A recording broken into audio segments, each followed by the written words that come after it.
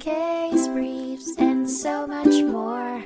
LSData's got what you're looking for. In 1989, the Supreme Court of Appeals of West Virginia heard a case, Hendricks v. Stalnaker, revolving around the concept of private nuisance. Private nuisance constitutes a substantial and unreasonable interference in the private use and enjoyment of another's property.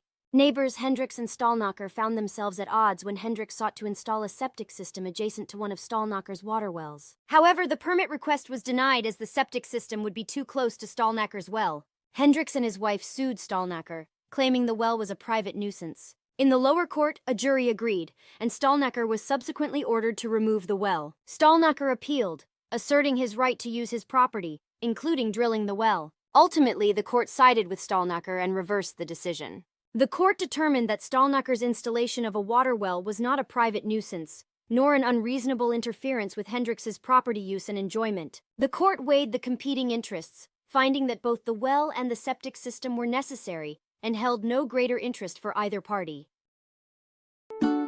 Case briefs, and so much more. LSData's got what you're looking for. Visit lsd.law, elevate your mind. Leave the stress of class.